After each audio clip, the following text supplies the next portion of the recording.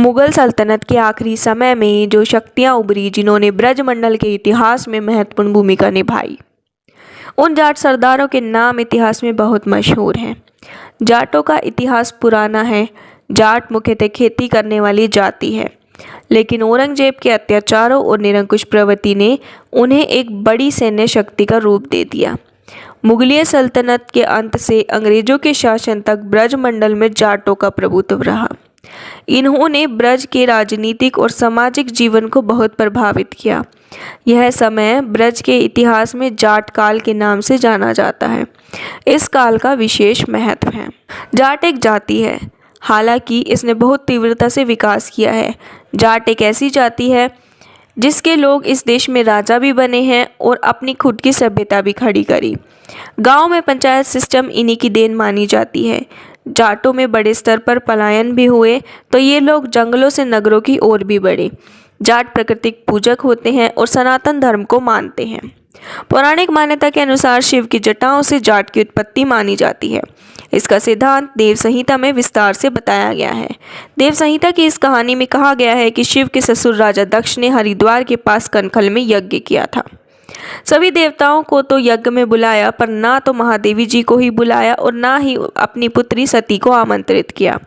शिव की पत्नी सती ने शिव से पिता के घर जाने के लिए पूछा, तो शिव ने कहा, तुम अपने पिता के घर पर बिना बुलाए भी जा सकती हो। सती जब पिता के घर गई तो वहाँ शिव के लिए कोई स्थान निर्धारित नहीं था।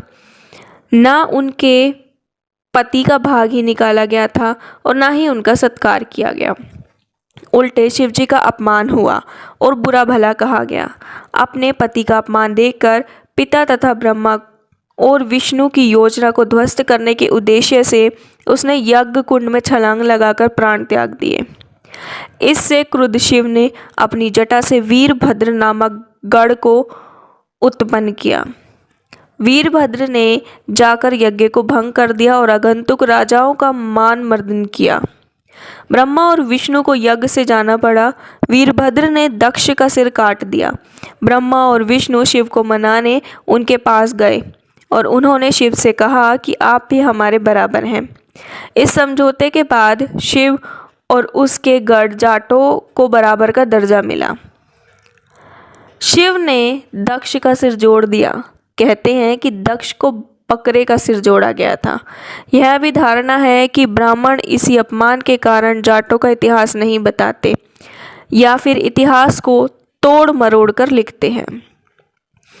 हालांकि यह एक पौराणिक कहानी है, परंतु यह कुछ ऐतिहासिक तथ्यों की तरफ संकेत करती है। इससे एक बात तो साफ है कि सृष्टि के आदि में जाट प्राचीनतम क्षत्रिय थे। वीरभद्र शिव का अंश था जिससे जाट उत्पन्न हुए।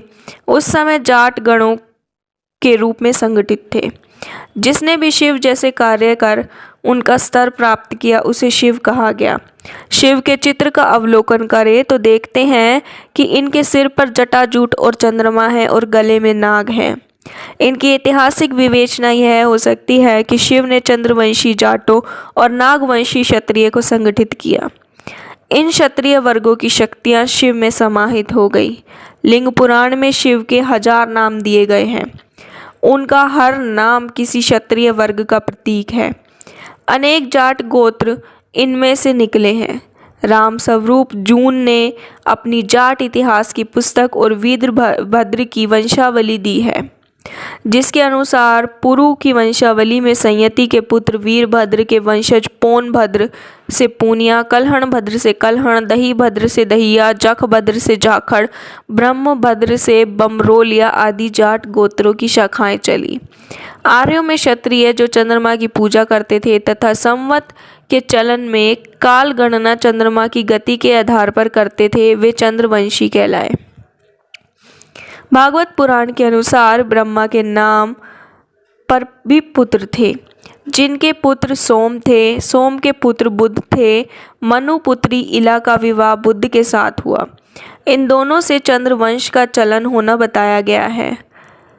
इनका पुत्र पुरुरवा था। इनका बेटा नहुष और नहुष का ययाति। जाट जाति का संबंध ययाति की संतानों के साथ था। श्री कृष्ण का जन्म भी चंद्रवंश में हुआ था। जाटों के अधिकांश समूह चंद्रवंशियों के थे।